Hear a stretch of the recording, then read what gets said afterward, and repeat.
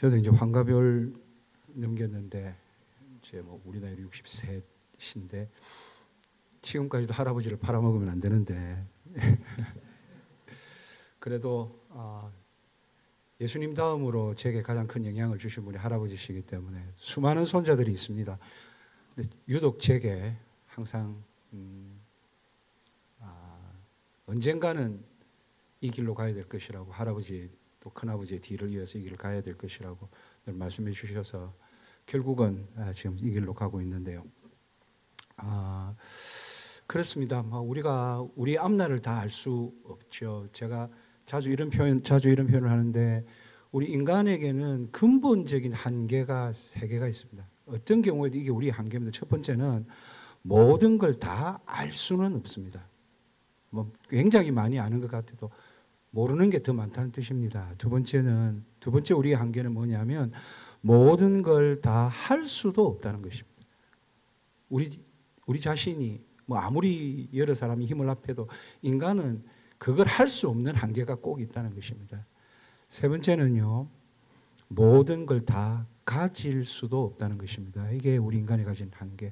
다 할 수 있는 게 아니고, 다 할 수 있는 것도 아니고, 다 가질 수 있는 것도 아닙니다. 그런데 저와 여러분은 너무나도 놀라운 평생의 감사의 제목이 될 이 엄청난 은혜를 주셨습니다. 그게 뭐냐면 첫 번째로 모든 걸 다 알 수는 없지만, 정말 제일 중요한 것 하나만 알면 돼요. 모든 걸 다 알 수는 없지만 주님을 알게 되었다는 것입니다. 주님도 나를 알아주시고 나도 주님을 아는. 두 번째는 모든 걸 다 할 수는 없지만, 정말 우리가 모든 걸 다 할 수는 없지만 주님과 서로 사랑할 수 있게 되었다. 그죠? 우리 어제 말씀드렸습니다.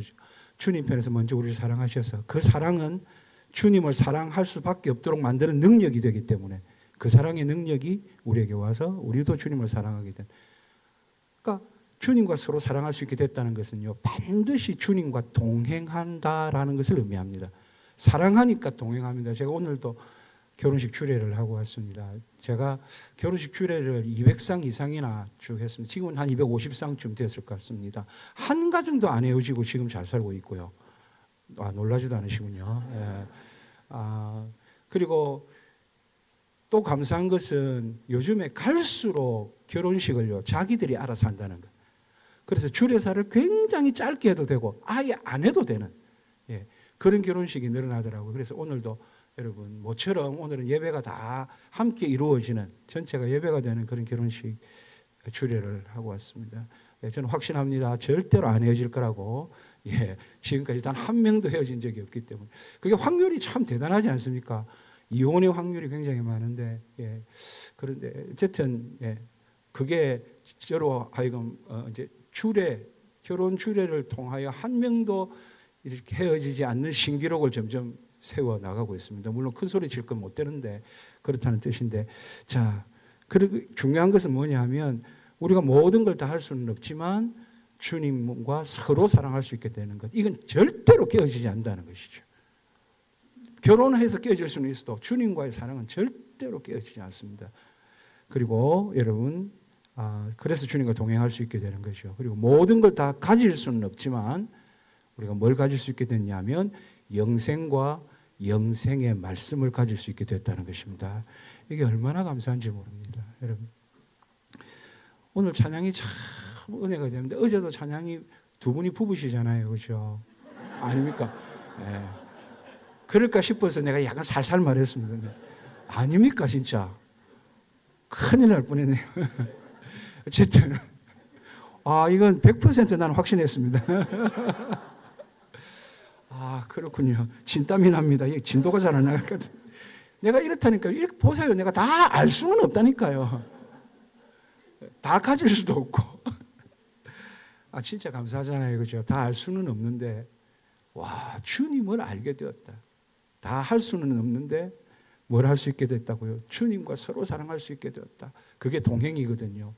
그리고 다 가질 수는 없는데, 벌써부터 우리가 영생을 가졌고 영생의 말씀을 가졌고 영생의 은혜를 가졌고 이걸 가지게 되었다. 여러분 정말 복 있는 사람입니다. 가장 귀한 것은 세상은 절대로 이 세 가지를 가질 수 없습니다. 진짜 주님의 사람만이 이 세 가지를 다 가질 수 있죠. 그걸 이미 갖고 있다는 것입니다.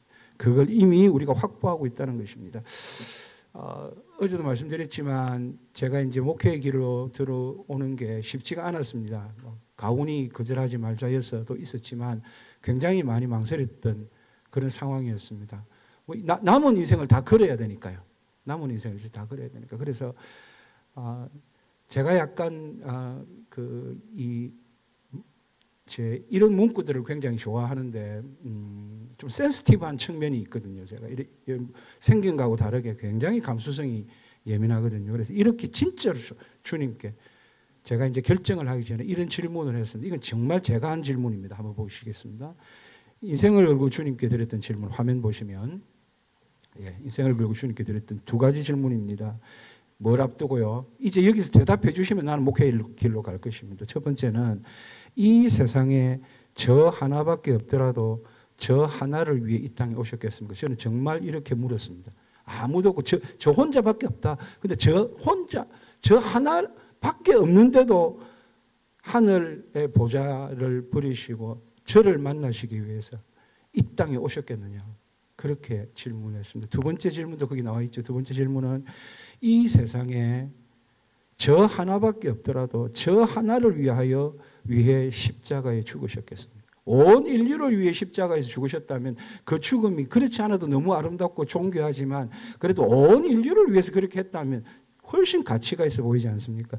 그런데 아무도 이 세상에 없고 저 하나밖에 없는데 저 하나를 위해서 기어이 이 땅에 오셔서 기어이 대신 죽어 주셨겠는가 하는 거죠. 그러기에는 내가 너무 별것 아닌 인생이잖아요. 그렇게까지 해주실 필요 없잖아요. 그런데 정말 엄청난 대답을 듣고 목회의 길로 들어서게 됐습니다. 그 대답, 주님의 대답은 저는 정말 들었습니다. 가슴에 울리게 들었습니다. 뭐라고요? 너도 나 없으면 안 되지만 나도 너 없으면 안 됩니다. 여러분 성경에 나오는 모든 인물들, 주님과 동행하고 동행했던 모든 인물들이 이 말씀을 들었을 것입니다. 이 대답을 들었을 것입니다. 힘들고 어려울 때, 지칠 때, 더 이상 못할 것 같을 때, 하라고 하신 것을 계속 거절하고 싶을 때, 그럴 때 주님께서 하시는 말씀 있지요. 네가 나 없이 되겠느냐? 네가 나 없이 안 된다면 나도 너 없으면 안 돼. 여러분 각자가 그런 존재입니다. 여러분 한 분을 위해서라도 이 땅에 오셨습니다. 여러분 한 분을 위해서라도 이 땅에 오셔서 자기 목숨을 내어주셨습니다. 그게 우리라는 것입니다. 그래서 우리는 천하보다 귀합니다. 천하도 감당할 수 없는 이 은혜, 이 사랑 받고 살아가는 것입니다. 여러분, 제가 2010년도에 박사과정을 했습니다. 끝내지는 못했습니다. 왜냐하면 정말 시간이 없어서 끝을 못 냈습니다. 어쨌든 과정은 다 거쳤는데요. 2010년에 그런 책이 하나 우리나라에 들어왔는데 그 서점을 하시는 장로님께서 제가 이제 좋은 책이 들어오면 언제든지 저에게 연락을 주십시오 했는데 바로 연락이 왔더라고요. 그래서 우리나라에 번역되어 들어왔는 바로 그 첫 해에 제가 제일 먼저 이 책을 구입했던 것 같습니다. 그런데 지금은 너무 유명한 책이 되었는데요. 여러분 일단 그림 한번 보여드리겠습니다. 사진 한번 보여드리겠습니다. 다 아시죠? 이 사람이 누군지. 닉 부이치치의 이름이 제목이 허그입니다. 보시면 알겠지만 양쪽 팔이 없습니다. 양쪽 다리도 없습니다. 여러분이 보시기에 오른쪽, 실제적으로 왼쪽 저기에 여러분 다리 없이 발 하나만 붙어 있는데 그것도 발가락이 2개인 저렇게 붙어 있는. 그래서 이게 바다 표범을 닮았다 그래서 바다 표범 손발증이라고 하는, 좀 유식하게 말하면 이 병명이 뭐냐면 테트라 아멜리아 증후군이라는 사지가 다 없다는 것입니다.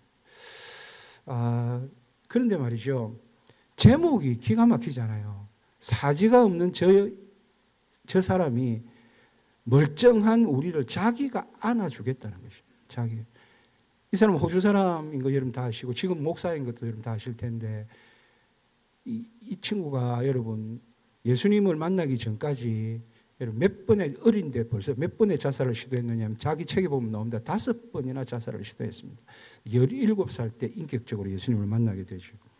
그러니까 그때부터 여러분 그의 말이, 그의 온도가, 그의 몸의 온도가, 그리고 그의 모든 여러분 움직일 수 있는 모든 것들이 누군가를 허그해주고 안아주고 위로해주고 회복시켜주는 이런 역사를 하나님 만들어 주셨습니다.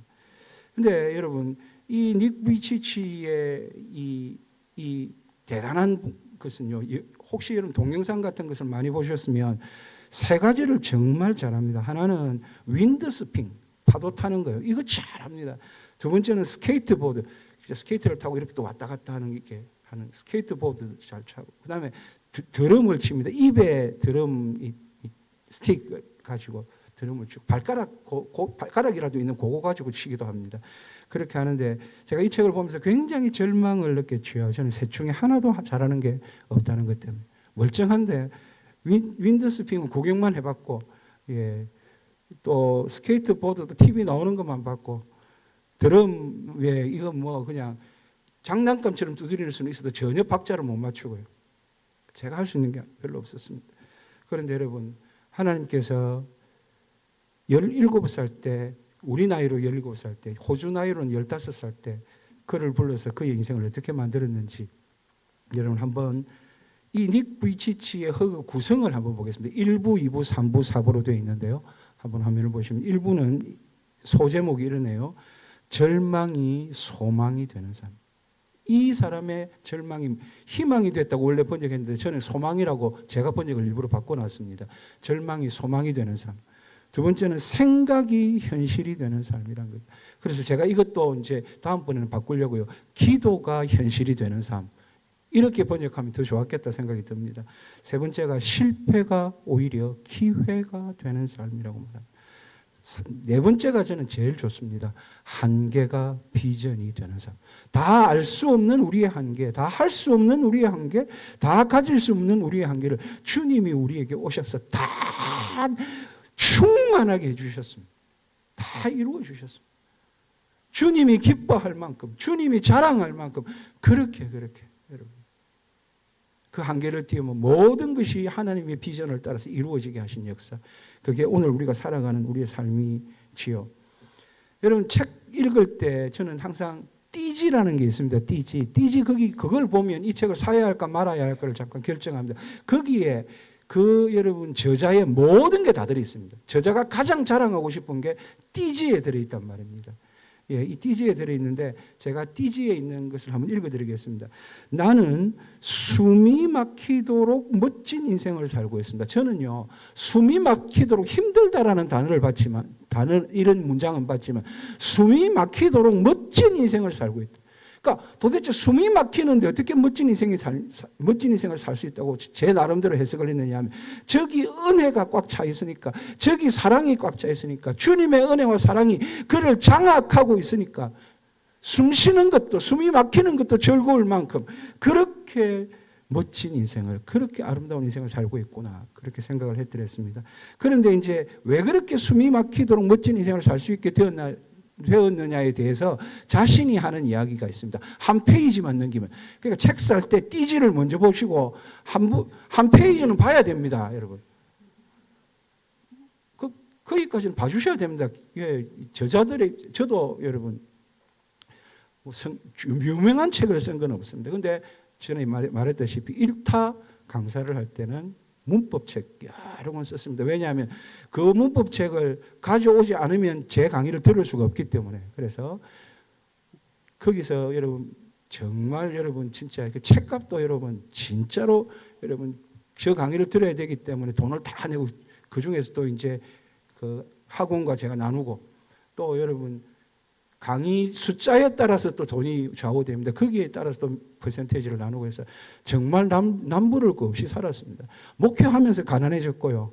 목회하면서 여러분 정말 인간이 즉 성질대로 살지도 못하고요. 환장하겠습니다, 내가 지금. 네. 숨이 막히도록 멋진 인생. 애먹이는 인간들 때문에 정말 숨이 막힌다 이런 생각이 들어요. 예.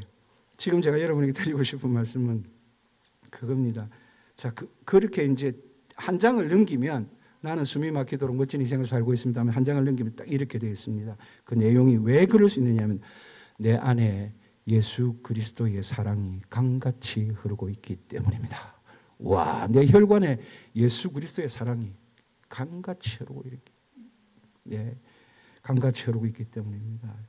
깜짝 놀랐습니다. 이 사람 때문에 얼마나 쪽팔렸는지, 나는 어떻게 살고 있나, 목사나 돼가지고.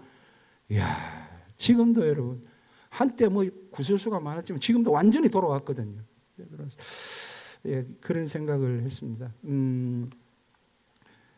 정말 여러분, 예수 그리스도를 인격적으로 만나면 절망은 소망이 되고요. 생각하는 것, 꿈꾸는 것은, 기도하는 것은 현실이 되고요. 실패할 수밖에 없어도 그것은 다시 하나님 안에서 이루어지는 기회가 되고요. 우리의 한계는 언제든지 주님의 말씀으로, 주님의 사랑으로, 오늘 부르신 주님의 찬양으로 여러분 언제든지 돌파할 수 있습니다. 우리의 한계를. 얼마나 복된 삶을 우리가 사는지 모르겠습니다. 자, 숨이 막히도록 멋진 인생을 살았다는 것을 생각하면서 제게 이 닉 부이치치를 생각하면서 제게 떠올랐던 한 사람이 있습니다. 그 사람 이름이 엘리야입니다. 엘리야인데요. 이 엘은 엘로힘이고 하나님이시고 야는 야훼, 여호와라는 뜻이죠. 그래서 여호와는 하나님이시다. 혹은 하나님이 여호와시다. 뭐 이런 표현. 그리고 그 엘리야에게는 핵심 제자들이 50명 정도 있었습니다. 더 훨씬 많았지만 핵심 제자들, 성경에 나타난 50명이 있었고, 그 50명의 제자들 중에서 제일 스승을 잘 따랐던, 제일 스승을 끝까지 여러분 보좌했던 그 선지자가 여러분도 너무나 잘 아는 엘리사 선지자입니다. 여기서도 엘은 하나님이고 리사는 구원이라는 뜻입니다. 그래서 구원의 하나님 이런 뜻입니다. 좋은 이름은 본인들이 다 가져가고. 자, 제가 이제 그 영어를 제 교수님들하고 번역할 때 처음으로 이제 유학을 하고 와서 책을 번역을 하면서 엘리야에 대한 번역을 했기 때문에 제 인생에서는, 그래서 함께 교수님하고 몇 명의 이제 그게 되는 친구들하고, 우리 교단의 김성수 교수님이라고 아주 훌륭한 교수님이 있습니다. 우리 동기이기도 하고 그래서 같이 이렇게 번역을 만들어서 그렇게 이제 책을 썼던 기억이 나는데, 그때부터 저는 엘리야의 일생을 같이 더듬어 보면서 그것을 여러분 다 번역해 보면서 지금도 구약에서 예수님 빼고 제일 좋아하는 모든 등장인물들 중에 제일 좋아하는 두 사람 있습니다. 첫 번째가 그래도 다윗입니다. 저하고 감수성이 너무 닮아가지고 그래도 다윗. 두 번째가 엘리야인데 거의 가리방상합니다. 그 엘리야 스토리 중에서 저만 갖고 있기에는 너무 아까운, 반드시 제가 만나는 누군가에게 하나님의 말씀으로 전하고 싶은 그 사람의 이야기. 정말 숨이 막히도록 멋진 인생을 살았던, 실패처럼 보일 때도 있었고, 여러분 넋두리처럼 보일 때도 있었고, 스스로 절망하는 순간도 있었을지 모르지만 그럴 수밖에 없는 인간이라는 한계를 우리에게 가르쳐 주면서 모든 걸 다 할 수는 없고, 모든 걸 다 할 수는 없고, 모든 걸 다 가지지는 못했지만, 그런데 여러분 주님이 주신 그 사랑, 주님이 주신 그 은혜, 주님이 주신 그 놀라운 감동을 가지고 어떤 인생을 살았는가, 그걸 오늘 여러분에게 말씀을 드리려고 합니다. 우선 여러분, 그 엘리야를 여러분에게 말씀드리기 전에 꼭 하고 싶은 말씀이 있습니다. 그건 뭐냐면, 지금 현재 여러분 엘리야가 오늘의 말씀에 이 시간은 어느 시간이냐 하면, 지금부터 여러분 몇 시간 지나지 않으면 엘리야는 하늘나라로 올라가게 된다는 시점입니다. 이 시점을 생각하시면서, 그러면 그를 항상 따르던 엘리사가 지금 와 있는데, 엘리사에게는 엘리야가 어떤 감동으로 이 사건이 어떤 형태와 어떤 역사로 엘리사에게 전달되는가를 한번 살피는 것, 이게 굉장히 중요한 의미가 있습니다. 자, 여러분 열왕기하 2장 1절에서 2절 화면 보여주십시오.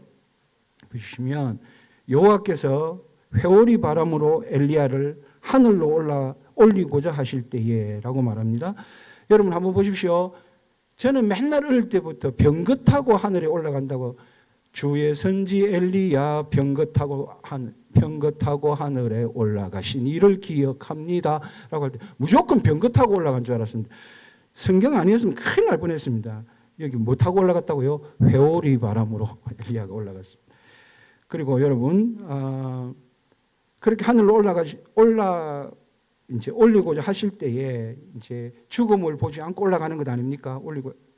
올리고자 하실 때에 그 뒤를 여러분 계속해서 이제 따라다니던 이 엘리사, 이제 스승을 보내야 하는 이런 상황에 그 엘리사가 지금 뒤를 쫓고 있는데요.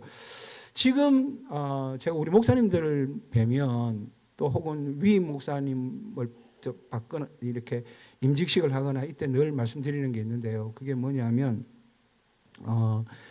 그 엘리야가 여러분 이제 마지막으로 여러분 이 오늘이 마지막입니다. 하늘나라로 올라가는데 마지막으로 걸어갔던 길을 보면 첫 번째는 길갈이라는 곳이었고요. 두 번째는 베델이라는 곳이었고요. 세 번째는 여리고라는 곳이었고, 그리고 오늘도 읽으셨지만 여러분 겉옷을 쳐서 요단강 물이 탁 갈라져 가지고 어디로 건너갔다고요? 요단강 동편 언덕으로 건너갔는데 이 네 군데를 지금 마지막으로 엘리야가 순회를 하려고 하는 거예요. 마지막 걸음을. 그리고 이 마지막 걸음을 걸으면서 누구하고만 동행하고 싶어 하느냐 하면 지금까지 함께 하신 주님과 하나님과 동행하고 싶어 하는데 귀찮게 지금 누가 따라오고 있다고요? 엘리사가 따라오는 그런 상황입니다. 그래서 이 네 개의 스팟은, 네 개의 장소는 전부 뭐가 있던 자리냐 하면 길갈의 선지학교, 그리고 베델의 선지학교, 그리고 여리고의 선지학교, 강 건너편 동쪽 편의 선지학교, 마지막 그 제자들, 마지막 하나님께서 말씀을 가르치게 했던 그 자리들을 이렇게 마지막으로 순회하고 있습니다. 그때 제가 생각한 것이 하나 있습니다.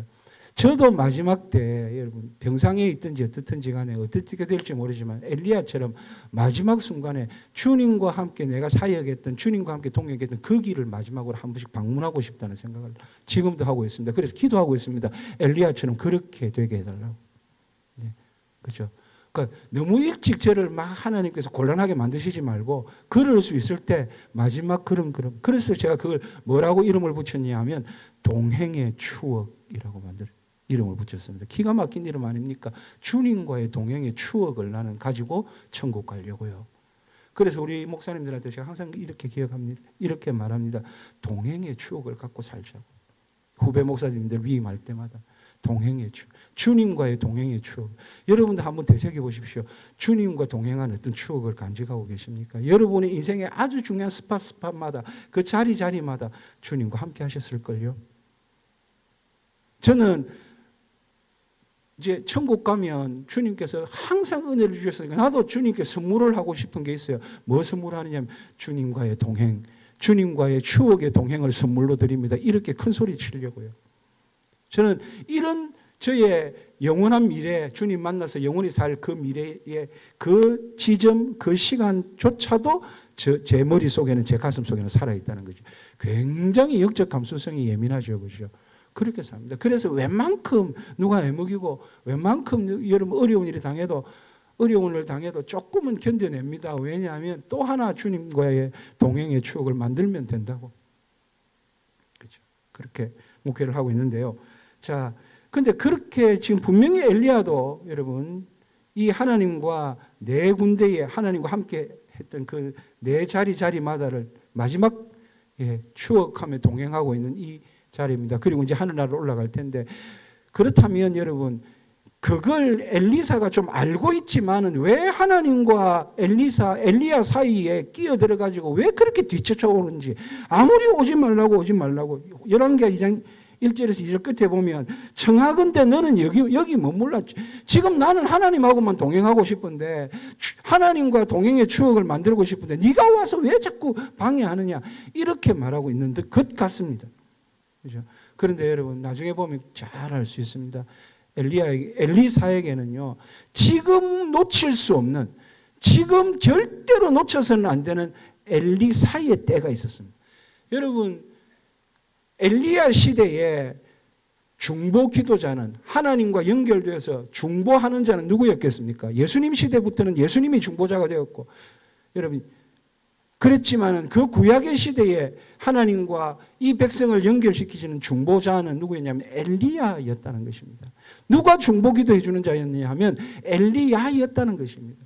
그러니까 이 제자인 엘리사는 어떻게 하든지 스승이 하늘로 올라가기 전에 스승을 통해서 하나님께 반드시 간구할 게 있다는 것입니다. 하나님께 반드시 구하여서 얻어낼 것이 있다는 것입니다. 그 중보기도를 누가 해줘야 된다고요? 엘리야가 해줘야 된다는 뜻입니다. 여러분, 중보라고 하는 말 여러분 많이 들어보셨겠지만 이 중자가 가운데 중자가 아니라는 거 다 아시죠? 사람 인자의 가운데 중자를 써서 중매할 중자입니다. 그렇죠? 하나님과 우리를 중매해 준다는 뜻이고, 그리고 그 뒤에 보자는 연결할 보자입니다. 우리를 연결해 준다. 혹은 보호할 보자지만. 그러니 모든 시대마다요, 여러분, 그 시대의 한 인물을 하나님께서 여러분 선택하셔서 어떻게 했다고요? 백성들과 하나님을 중보하게 만드는 그런 존재가 있었다는 것입니다. 이 시대는 누가 그랬다는 것입니까? 엘리야. 그럼 엘리사는 왜 그렇게 따라갔습니까? 승천하시기 전에, 사라지기 전에 반드시 중보자인 누가, 엘리야가 자기를 위해 기도해 주기를, 자기의 가슴 속에 있는 간절한 소원을 듣고 하나님께 아뢰 주기를 그렇게 간절히 구하는 이 장면이 오늘의 장면이라는 것입니다. 그러니 엘리사는 여러분 떡잎부터 알아보겠네요. 그렇게 간절한 소원을 가지고 그렇게 간절히 하나님께 구하는 자라면 그의 스승 못지않게 대단한 하나님의 역사를 만들어갈 만한 청출어람 맞습니까? 청출어람한 만큼 그런 여러분 제자로서 따라가고 있다고 생각합니다. 그러면은요, 엘리야는 어떻게 했습니까? 겉으로는 따라오지 말라라고 했겠지만 굉장히 기특하지 않았을까요? 그 마음을 이미 알고 있으니까. 그러니 마지막 순간에 딱 그 소원을 들어주는 것이죠. 그 화면을 다음 열왕기하 2장 2절을 보겠습니다. 엘리사가 이제 이렇게 말합니다. 따라오지 말라고 하니까 뭐라고 말했느냐 하면 열왕기하 2장 2절 하반절에 여호와께서 살아계심과 당신의 영혼이 살아있음을 두고 맹세하노니 내가 당신을 떠나지 아니하겠나이다. 당신은 하늘나라로 나를 떠나도 나는 당신이 여기 있을 때까지 절대로 떠나지 않겠습니다. 내가 간절히 구하는 소원이 있고 그 소원에 대해서 대답해 주시지 않는다면 나는 반드시 여기 끝까지 있겠다고 말하는, 참 여러분 여기서 보면 여호와께서 살아계신다 이 말도 얼마나 은혜가 되고, 당신이 영혼이 살아있는 동안에 내 말 들어주셔야 된다고. 여호와는 항상 살아계시지만 여러분 당신이 여러분 스승인 여러분 이 당신의 영혼이 여기 이 땅에 있을 동안에 지금 오늘 여기서 중보 기도해 주셔야 된다. 이 간절한 소원을 아뢰고 있는 것입니다. 그리고 이제 저와 여러분은 그토록 엘리사가 간절히 구했던 그 스승을 통해서 하나님께 그토록 간절히 사모하며 정말 몸부림치며 구하고 싶었던 그 내용이 여기에 나옵니다. 그리고 이것은 저와 여러분에게 주시는 선물입니다. 저와 여러분에게 주시는 최고의 선물입니다. 그게 뭐냐면 이제 그 내용을 보겠습니다. 열왕기하 2장 9절 하반절입니다. 너무 귀한 말씀이죠. 이건 여러분이 함께 읽으십시다. 읽으면서 여러분의 말씀이 되고 여러분의 진짜 여러분 기도가 되고 여러분의 역사가 될 것이기 때문에 함께 읽겠습니다. 시작. 엘리사가 이르되 당신의 성령이 하시는 역사가 갑절이나 내게 있게 하소서. 할렐루야. 아멘. 여러분 갑절, 제가 이 갑절을요 이제 목사가 되고 나서 보니까 처음에 너무 이상한 게 하나 있어요. 옛날에는 여러분 갑절에 영감을 주옵소서 뭐 이렇게 옛날에 번역되는데 정확하게 갑절에 성령님이 하시는 역사의 갑절. 이 갑절을 보면서 이런 연구가 와 어떻게 됐나 싶을 정도로 여러분 성경에서는요 갑절은 따블이지 않습니까? 2배. 별것 아니지 않습니까? 2배 정도는 다 되잖아요. 주식 요새 많이 하시죠. 나는 해본 적 없는데 2배 막 되잖아요. 삼성전자 막 올라가고 안 해본 사람도 압니다. SK 하이닉스 막 올라가고 지금 여러분 전쟁이 이렇게 마무리되니까 막 또 오르고 막 있다 하더라고요. 우리 집사님 중에 맨날 나한테 주식 이야기하는 사람이 있습니다. 내한테는 좀 나눠달라고 수익 막 그렇게 하는데 한 푼도 준 적은 없고. 예. 그런데 여러분 이 갑절 정도는 아무것도 아니죠. 택시 타면서 따블 뭐 이렇게 하는 그 갑절. 그런데 여러분 잘 보십시오. 오늘 말씀에 왜 읽으라고 했느냐 하면 당신의 성령이 하시는 역사가 갑절이나라고 합니다.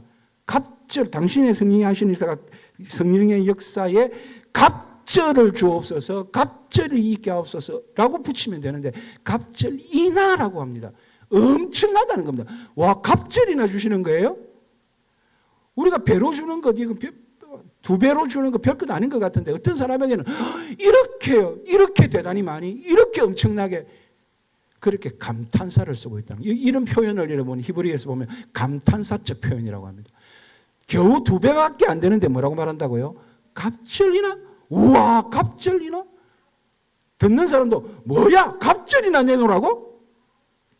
구하는 사람도 갑절이나 주옵소서. 갑절이 정말 그렇게 엄청난 숫자일까요? 그렇게 감탄사를 써서 감탄사적인 문장으로 만들어야 될 만큼 대단한 그런 숫자인가요? 여러분 참고로 내 말을 잘 안 믿는 것 같은데 참고로 한번 보겠습니다. 다니엘서 한번 보겠습니다. 다니엘서 보시면 다니엘서 1장 20절에 다니엘의 지혜와 총명이 바벨론 온 나라 박수와 술객들, 바벨론 세계 최강대국, 예, 그 지혜자보다 몇 배나 낫다고요? 10배나 낫다. 이때는 10배나 하고 감탄하셔도 됩니다. 적어도 10배는 돼야 감탄이 되는 거죠. 자, 창세기 26장 12절을 보겠습니다. 보시면 이삭이 그 땅에 농사하여, 여러분 이삭이 그랄 땅에 있는데 그랄 땅이 가뭄이 생기니까 애굽으로 가려고 해서 애굽은 항상 나일강이 흐르기 때문에 큰 가뭄이 안 들잖아요. 가려고 하는데 하나님께서 아니야, 여기 기다려, 여기 머물러라고 했을 때 순종하고 머물렀더니 여러분 이삭이 목축업자예요, 농사꾼이에요? 목축업자입니다. 양을 몰고 다니던, 그러니까 농사의 농자도 모르는 인간이라는 것이죠. 그런데 여러분 이삭이 그 땅에 뭘 했다고요? 그때는 농사밖에 할 수 없어서 농사를 했는데 그 해에 몇 배나 얻었다고요? 농사 전문가도 아닌데 100배나 얻었다라고 하지 않습니까? 이럴 때는 감탄사가 나오는 겁니다. 우와, 100배나. 야, 이번에 수익률이 100배나 얻었다. 이러면 이제 자랑할 만하죠. 어쨌든 100배나 감탄사. 한 가지만 더 할게요. 여러분 그 밑에 나와 있네요. 신명기 1장 11절. 신명기는 누가 썼어요? 모세가 썼습니다. 모세의 마지막 성경이 뭐라고요? 신명기입니다. 그렇죠? 거듭 신자입니다. 거듭해서 명령한다. 앞에 말씀 쭉 했지만 마지막 순간에 와서 거듭해서 다시 신자, 거듭 신자를 써서 다시 한 번 더 말씀을 정리한다. 명령을 정리한다. 그래서 신명기입니다. 아는 척하고 있는데 또 처음 듣는 사람들 있어요. 보면 또. 예. 거듭 신자입니다. 새 신자 아닙니다. 새로운 말씀이 아니고 거듭해서 준다. 거듭 신자입니다. 예. 자, 그래서 너희 조상의 하나님 여호와께서 너희를 현재보다 얼마나 많게 준다고요? 1000배. 나는 이게 이 모세가 너무 이거 많이 쓴다. 너무 과장한다. 예. 그렇게 되어 있지만 어쨌든 제가 말씀드리려고 하는 것은 적어도 10배, 적어도 100배, 적어도 1000배가 됐을 때는 감탄사가 가지만 여러분 갑절은 그다지 감탄사가 그거 따버는 그 별것 아니잖아요. 그런데 여러분 지금부터 제가 갑절이 얼마나 대단한 숫자인가를 저희의 인생을 가지고 증명해 보이겠습니다. 화면 보시겠습니다. 화면을 보시면요. 그대로 보십시오. 지금 웃을 때가 아닙니다. 내가 웃길 때 웃었어요. 예. 제가 1995년 5월 27일 얼마 안 남았습니다. 5월 27일 결혼했습니다. 좀 제법 늦게 결혼했죠. 그게 이제 전도사 3년 차고 이제 그 다음 해가 이제 강도사 1년 차가 되었습니다. 그런데 여러분 세상에나 결혼 기념일 잊었습니다. 내가 뭐 변명을 하자면 열심히 교회 일 하다가 잊었습니다. 밤이 되니까 저녁이 되니까 퇴근할 때가 되니까 생각이 났습니다. 이러다가는 큰일 나겠다. 이거 지금 할 말이 없다. 그렇게 해서 여러분 럭키숲이라는 데 가서 부산에서 여러분 다 시들어가는 장미꽃 한 송이가 남았습니다. 그걸 여러분 지금 생각해도 그 한 송이를 시들어가는 그걸 2,000원이나 받더라고요. 그 나쁜 놈 진짜 아직도 그때가 2,000원이면 얼마나 컸는데 그걸 가지고 갖다 주면서 뭔가 이거 갖고는 안 될 것 같아서 진짜 진심으로 집사람에게 말했습니다. 자, 이번에는 장미꽃 한 송이를 주겠지만 내년에는 2송이를 3년째에는 4송이를 그걸 그려놓고 내가 또 가서 설교를 했다니까요. 성도들한테 내가 이렇게 하는지 안 하는지 지켜봐 달라고. 그때 여러분 그 첫 번째 제 부임했던 그곳에서 여러분 전도사 시절 강도사 초기 시절 그분들이 아직도 여러분 그 이야기 하고 있습니다. 그래서 그렇게 하기로 했습니다. 근데 했습니다. 제가 또 집사람도 좀 이해를 해주더라고요. 그래서 그때 한 송이 주고 그 다음에 2송이 주고 다음 해에 4송이 주고 그 다음에 8송이 주고 가만히 계산을 해보니까 여기서 끝내야 되겠다. 이게 감당이 안 되겠다 싶습니다. 그래서 여러분 결혼 10주년이 512송이를 그대로 했으면 512송이를 지금 계속 갑절로 늘어나고 있습니다. 512송이를 줘야 했고요. 그 다음에 여러분 결혼 20주년에는요 벌써 52만 송이를 줘야 되는 상황이었습니다. 결혼 28주년 다 밑에 지금 밑줄 쳐 있죠. 28주년은 1억 송이를 돌파하게 되고요. 작년에는 5억 3,600만 송이, 5억 송이 돌파. 지금 너무나 두렵고 떨리는 5월 27일 그대로 줬다면 10억이 넘는 와 31점 여러분 10억 송이 이상을 줘야 됩니다. 지금 제가 뭐 말하고 싶어 하십니까? 뭐 말하고 싶어 합니까? 지금 제가 갑절. 그냥 갑절을 한 번만 보니까 별것 아닌 것 같죠. 갑절이 되고 갑절이 되는. 여러분 하나님께서 우리에게 주시는 것은 그 정도의 수준입니다. 엘리사가 머리가 비상한 인간입니다. 여러분. 갑절의 은혜를 달라고 한 것은요. 여러분 누구보다도 갑절의 은혜를 달라고 한 것일까요? 엘리야 자기 스승보다 갑절의 은혜를 달라고 한 거예요. 이렇게 당돌한 인간이 있나? 여러분. 그런데요. 여러분 한번 오늘 말씀을 한번 보십시다. 이게 얼마나 대단한 일인가를 여러분 보여드릴 텐데 이사야 61장 7절 말씀을 한번 보시겠습니다. 이사야 61장 7절. 여러분 지금 이사야는요 뒷부분에 가면 자기 시대에 대한 예언을 하는 게 아닙니다. 자기 시대에 이 성경을 써서 예언을 하지만 100년 후에 일어날 일들에 대한 예언을 미리 하고 있습니다. 여러분 이사야가 활동한 이후에 한 3, 40년이 지나면 바벨론 포로로 다 잡혀가게 됩니다. 아직도 이사야는 그 앞에 걸 보고 하나님이 말씀해 주고 있다는 거죠. 그리고 나서 70년이 지나면 다시 돌아오게 됩니다. 그죠? 다시 돌아오게 될 그 시점, 그 때를 미리 여러분. 그래서 바벨론에게 어떻게 망할 것이며 그리고 바벨론에게 어떻게 다시 여러분 회복되어 돌아올 것인가 100년 후에 걸 예언하고 있다는 것입니다. 그런데 이사야가 100년 후에 걸 예언하면서 어떻게 예언하고 있습니까? 이렇게 예언하고 있다는 것이죠. 이사야 61장 7절에 너희가 그 100년의 이 역사 속에서 분명히 수치를 당한 나라를 빼앗길 바벨론의 이런 포로가 될 노예가 될 그런 날들 그런 수치를 당할 날들이 올 것이다. 그런 벌을 받을 거야. 그런데 하나님이 미리 약속하고 있는 것은 반드시 그 보상을 그 수치 대신에 보상을 얼마나 받을 수 있는 날이 올 거라고 미리 말한다고요? 반드시 배나 받을 수 있는 날이 올 것이다라고 말합니다. 이럴 때 이런 낮자를 쓰니까 여러분 얼마나 대단합니까? 와 그런 거구나. 그런 감탄사가 나오지 않습니까? 그 잘못에 대한 징계도 하시지만 다시 회복시킬 때는 반드시 갑절이나 배나 회복시켜 줍니다. 그 갑절에서 또 갑절로 그 갑절에서 또 갑절로 만들어 가신다는 겁니다.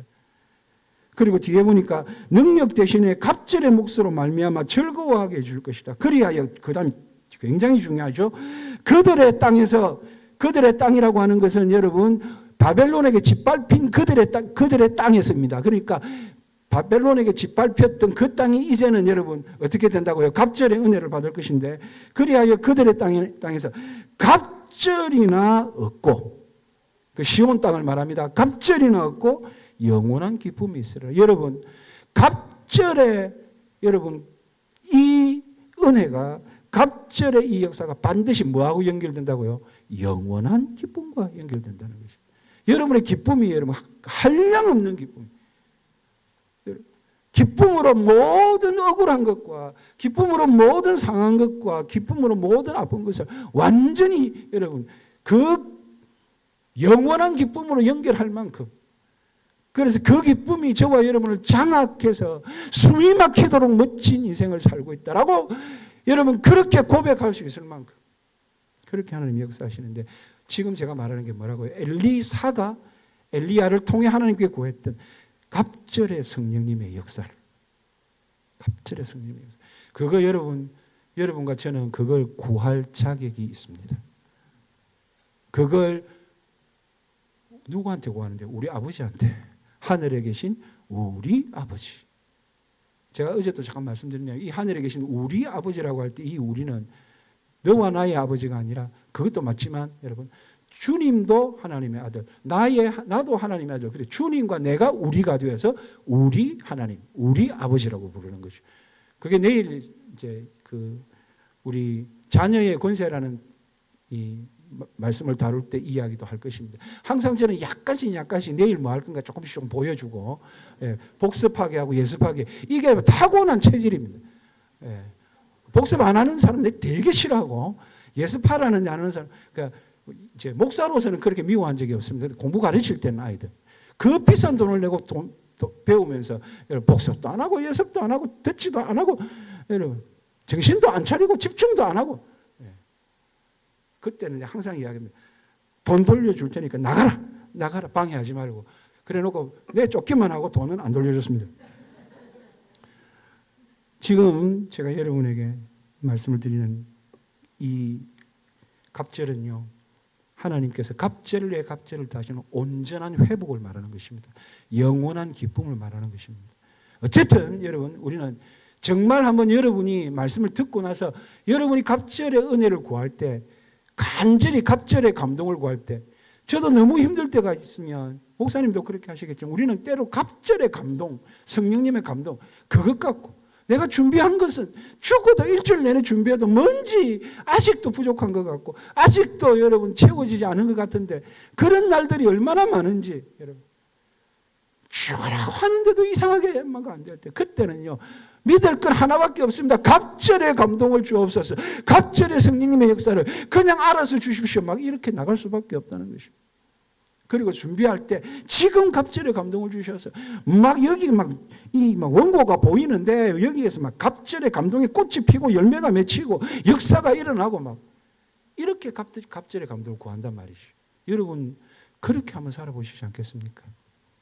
아무리 힘든 일도요, 아무리 어려운 상황도 여러분 미칠 것 같은, 정말 억울해서 견딜 수가 없는, 누가 미워서 꼴도 보기 싫은 이런 상황에서도 여러분 갑절의 감동을 주시면, 갑절의 성령의 역사를 주시면 갑절의 은혜가 그걸 여러분 역전시킨다는 것 아닙니까? 경험을 안 해보셨나요? 누구 미워해 본 적 없습니까? 난 맨날 미워하는데. 이 무기를 장착하고 있어요. 주님이 기다리고 계십니다. 이거 한번 구해보십시오. 자, 정리를 하면 그 다음 보십시다. 자, 이사야 61장 9절을 보면 제가 이걸 보면서 너무너무 놀랐어요. 그들의 자손을 문 나라 가운데에, 그들의 후손을 만민 가운데에 알리리니 무릇 이를 보는 자가 그들은 여호와께 복받은 자손이라 인정하리라. 바벨론이나 페르시아나 이런 나라들이 여러분 갑절의 은혜를 받고 하나님의 그 역사 속에서 살아가는 이스라엘을 봤을 때 여러분, 저게 한때 노예였는데, 우리 노예에 불과했는데, 저 별것 아닌 인간들이 자기가 믿는 하나님께 얼마나 복을 받았는지, 얼마나 은혜를 받았는지, 와, 자기들이 믿는 여호와께 복받은 자손이 맞구나라고 하는 게 갑절과 연결되고 있다는 것입니다. 여러분, 갑절의 은혜를 받으면 표 납니다. 표 안 날라고 해도 벌써 내 눈에서, 내 입에서, 내 모습에서, 내 삶에서 여러분 그 은혜가, 여러분 그걸 뭐라고 말하냐면 충만이라고 말합니다. 흘러 넘친다는 것이죠. 그런 역사가 있거든요. 그래서 저는 이번에 와서 여러분들에게 이 말씀을 꼭 드리고 싶은 것입니다. 여러분 갑절이라고 하는 것에 있어서 이미 지금 제가 한마디도 안 하고 있습니다. 그런데 여러분은 다 아십니다. 갑절은 무엇을 말하냐면 장자권을 말합니다. 그죠? 지금은 엘리야의 뒤를 이어서, 엘리야가 선지자의 장자였는데 이제 엘리야가 하늘로 올라가니까 누가 장자권을 갖겠다는 겁니까? 엘리사가. 여러분 엘리사가 멋있어 보이려고요? 아니면 자기가 무슨 선지자의 권력을 잡으려고요? 그런 것 아닙니다. 아니라는 게 여러분 너무나 잘 아시죠? 그가 여러분 이런 마음 때문에, 저도 엘리사의 마음을 잘 알거든요. 그렇기 때문에. 왜냐하면 이제 제가 요 이야기를 하고 아까 이야기 연결시킬 건데요. 제가 이제 지금 우리 교회가 1974년에 설립했네요. 이제 올 조사해 봤거든요. 근데 52주년 얼마 전에 이제 지났는데, 원로 목사님이 1974년 개척해 가지고 2002년에 28년 동안이나 오래 하셨네. 자, 28년을 하시고요. 그리고 제가 담임으로는 2003년부터 2026년까지 24년차, 그리고 그 앞에 부목사로 있다가 담임 됐으니까 부목사 3년까지 치면 27년차, 그렇게 거의 반반씩 나눠 먹고 있는데, 자, 그런데요, 지금도 생각하면 정말 신경질 나는 게 하나 있는데, 뭐냐면 저한테는 물어보지도 않고 어디 좀 갔다 오라고 딴 데 가서 설교하고 오라 하더라고요. 이제 헌신 예배. 그래 놓고 그날 투표를 한 거예요. 저를 두고. 네, 저한테는 아들 같은 사람이니까요. 투표를 했는데, 여러분, 이미 제가 3년이나 부목사 사역을 했기 때문에, 여러분, 뭐, 잘 보인 것도 있고, 잘못 보인 것도 있고, 이렇게 했지만, 그렇게 했는데, 저를 보낸 난 다음에 중고등부 학생들 세례받은 애들까지, 입교받은 애들까지 다 모아가지고, 다 모으니까 167명이 모이더랍니다. 그때. 최고로 교회 생기고 공동회의 때 많이 모였다 하더라고요. 이거 내가 나중에 들은 이야기인데. 그래서 이제 청빙 투표를 했어요. 청빙 투표를 했는데, 여러분, 167명 중에 166명이 찬성을 하고, 한 명이 기권을 했는데, 그 인간이 지금 살아 있습니다. 이렇게. 내가 딱 누군지 압니다. 딱 눈빛만 봐도. 진짜 아는데, 이 무슨, 뭔데, 말은 몰라. 여러분, 그러자마자 여러분, 저는 그 다음날 아주 큰 교회에서 진짜 딱 하루 만에 제가 어린 시절에 우리 지도자였던 그 목사님이 아주 지방의 큰 교회 그 하루 때문에 못 가는 게 얼마나 지금도 지금 속이 쓰리는지 갔어야 되는데 네, 그런 생각도 하면서 자 제가 여러분에게 뭘 말씀을 드리고 싶어서 이걸 이야기하느냐 하면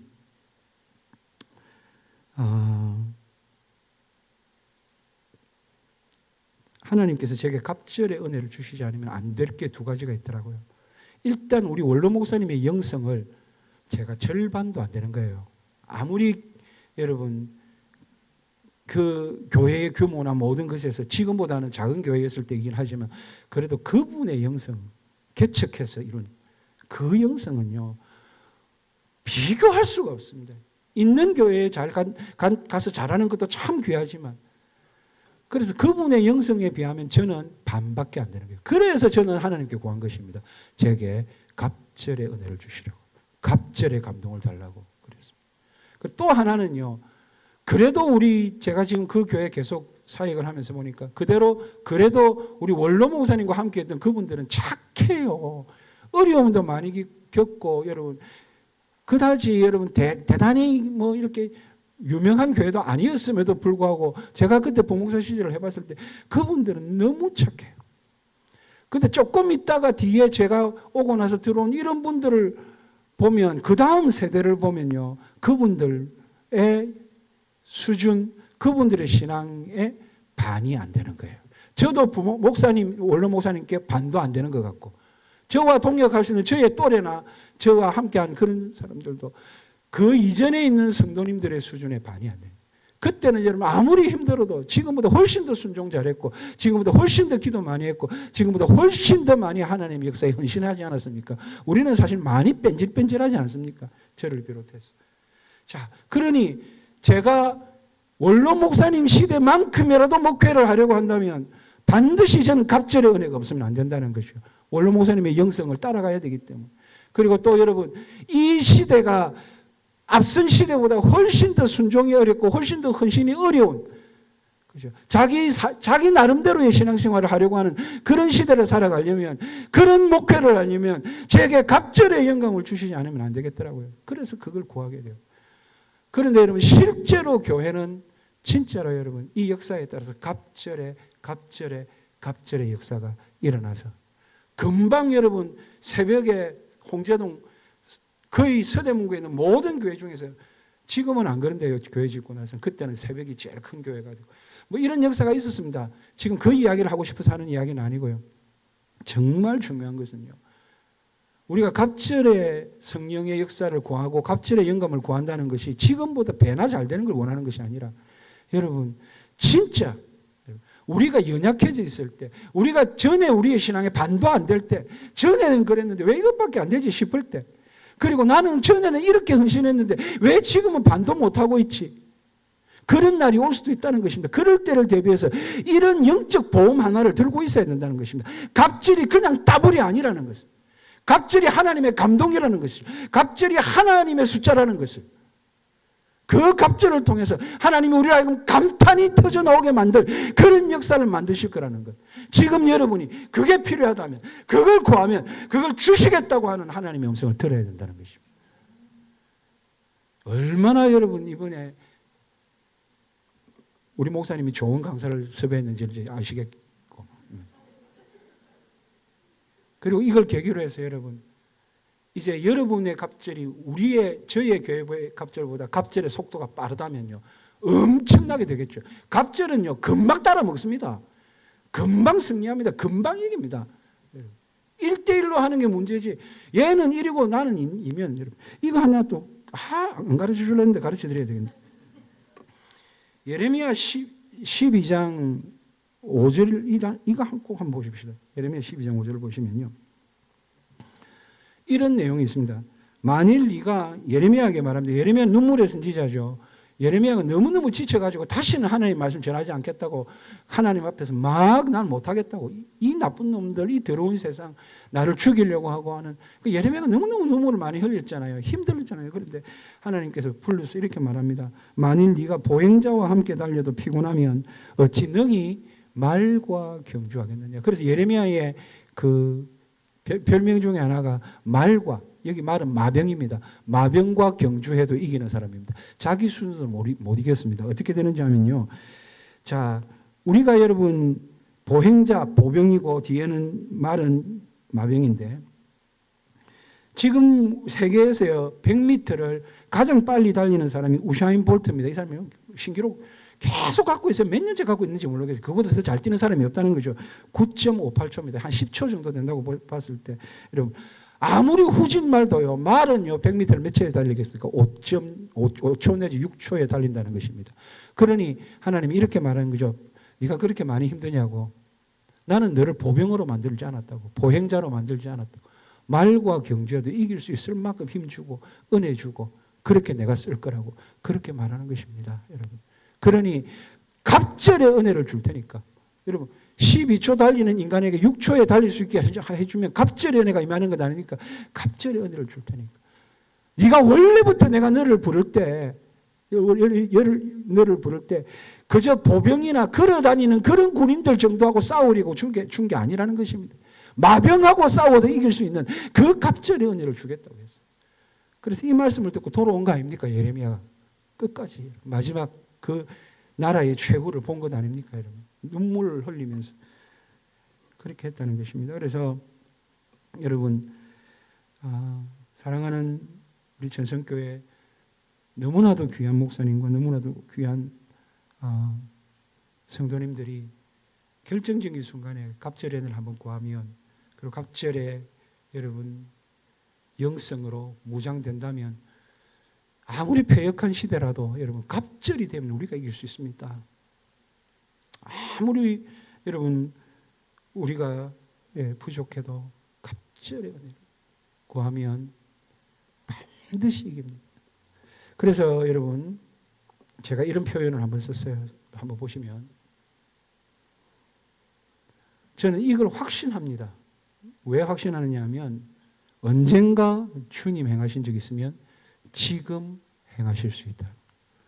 어디선가 주님 행하신 적 있으면 여기서 행하실 수 있습니다.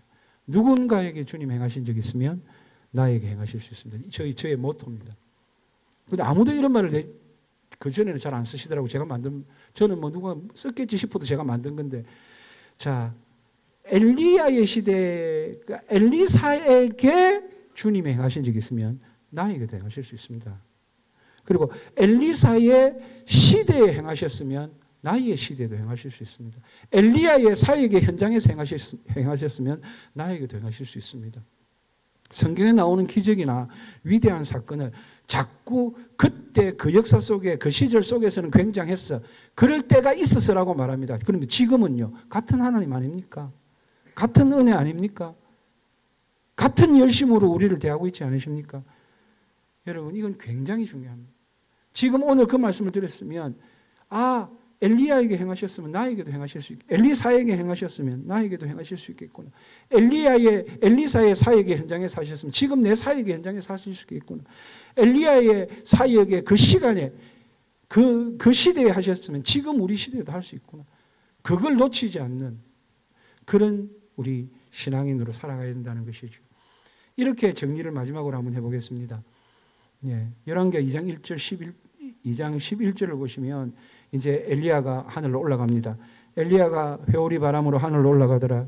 엘리사가 보고 소리 지르되 내 아버지여, 내 아버지여. 뭐라고 부른다고요? 이스라엘의 병거와 마병이여. 항상 병거와 마병 수준으로 싸우게 한다니까요. 보병 수준이 아니고 병거와 마병 수준으로. 그러니까 이스라엘을 지키는 자라는 거죠. 그죠? 신앙도 지키고 이스라엘을 지키는 하더니 다시 보이지 아니한 세월이 많이 흘렀습니다. 흘러서 이제는 엘리사가 죽을 때가 되었습니다. 엘리사가 하나님 부를 때가 되었습니다. 방금 여러분 엘리야가 하늘로 올라갔을 때는 엘리사가 내 아버지여, 내 아버지여, 이스라엘의 병거와 마병이 이렇게 불렀죠. 세월이 많이 지나서 이제 엘리사가 하늘로 올라갈 때는 하나님께 부름받을 때는 열왕기하 13장 14절 엘리사가 죽을 병이 들매 이스라엘의 왕 요아스가 그에게로 내려와 자기의 얼굴에 눈물을 흘리며 이르되 뭐라고 하죠? 내 아버지여, 내 아버지여, 이스라엘의 병거와 마병이여 라고 하잖아요. 나는 우리 원로 목사님 아직 살아 계세요. 97살. 예, 굉장히 오래 예, 우리 아버지하고 친구시거든요. 예, 그전에는 친구가 아니었는데 교단일 하시다가 같은 연세에 그렇게 계시는데 두 분이 다 예, 건강하시고 예배도 잘 들으시고 예, 그런데 예, 이제 여러분 우리 원로 목사님도 언젠간 하나님 부르실 때 우리가 그렇게 말할 거예요. 저는 그렇게 말합니다. 내 아버지여, 내 아버지여, 서울 보훈교회의 병거와 그 마병이여. 나는 그렇게 부르고 저도 이제 어차피 여기서 이제 은퇴해야 돼. 60 넘으면 어디 갈 데도 없어요. 이제. 예. 그러니 여기서 부흥을 하든지 갑절의 은혜를 뭐 역사를 일으키든지 이 쇼부를 봐야 된다. 그렇죠? 그렇기 때문에 저도 이제 제 후임이 오면 저에게 눈물을 마지막 순간에 내가 끝날 때 돌리면서 내 아버지여, 내 아버지여, 서울 보훈교회의 병거와 마병이여. 그 정도는 되는 목사들려고요. 그 정도는 하는 목사들. 그래서 지금 요새 되게 신경 쓰입니다. 미워하는 사람 안 미워하고요. 적도 안 만들고요. 내 노후를 생각해가지고 되게 착하게 진짜 나는 그런 착하게는 못 사는 사람인데 사실은 이제 그런 면도 없지 않아 있지만 진심으로 이 신앙을 개성시켜야 되겠다. 나도 그렇게 원로 목사님을 부르고 내 뒤에 후임자를 그치고 나도 무조건 원로 목사 됩니다, 여러분. 20년 이상 넘었기 때문에 그렇게 되면 그에게도 그렇게 불리고 싶습니다.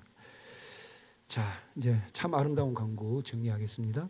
보면 저는 여러분과 저도 다시 신앙의 전성기를 마련하려고요. 제가 최근 들어서 몸무게가 25kg가 빠졌어요. 그래서 원래 여러분 저의 원래 모습을 보면 여러분 계속해서 집중해서 1시간 이상 저를 쳐다보기가 힘들 겁니다. 예, 근데 지금 그나마 슬림해져 와가지고 양복 새로 맞췄는데요. 예. 양복 새로 맞춘 전 목사가 돼가지고 만다고 이야기를 해가지고 아무도 반응도 안 하고 예. 그래서 저도 이제 제 이 목회에 전성기를 달라고. 제1의 전성기가 있었고요. 제2의 전성기가 있었습니다. 지금 제3의 전성기. 요 3번까지는 들어주실 거라고 믿고 그렇게 그 전성기를 달라고. 그러면 가장 많이 해야 될 가장 아름다운 간구는 뭘까요? 갑절의 은혜를 주옵소서. 갑절의 감동을 주옵소서. 갑절의 성령의 역사를 주옵소서. 정말 구해도 됩니다. 마음껏 구하셔도 됩니다. 그렇죠? 우리 하나님 그러시기 때문에. 그래서 이렇게 정리를 하게 되겠습니다. 갑절의 은혜를 구하면요. 반드시 부흥이 일어납니다. 개인적으로도 부흥이 일어나고요. 교회적으로도요. 반드시 부흥이 일어납니다. 왜냐하면 갑절이 되시는 이 역사, 이걸 부흥이라고 말하는 거거든요. 그 작은 자가 천명을 이루고 그 약한 자가 강국을 이룬다. 여러분. 그 이사야 60장 22절의 말씀 아닙니까? 그래서 여러분들이 갑절의 은혜를 구하고 갑절의 감동을 주님께 기도하면서 어떻게 여러분과 또 여러분이 너무나 사랑하는 교회가 지금도 너무 아름답고 너무 좋은 교회하고 너무 하나님이 기뻐하는 교회지만 어떻게 그 모든 것도 갑절의 역사로 여러분 수렴하게 될지 또 갑절의 부흥으로 그렇게 교회가 여러분 지금 부흥이 안 되는 시대라고 해도 그럴 때일수록 진짜는 진짜로 나타난다는 것이죠. 진짜로 된다는 것이죠. 그러니 그런 좋은 교회에서 좋은 목사님과 함께 정말 하나님이 기뻐하시는 그 갑절의 은혜의 역사를 통해서 갑절의 부흥을 여러분이 반드시 함께하게 되는 그 역사의 주인공들이 되시기를 주님의 이름으로 축복합니다. 아멘. 부흥 한 번만 부르겠습니다.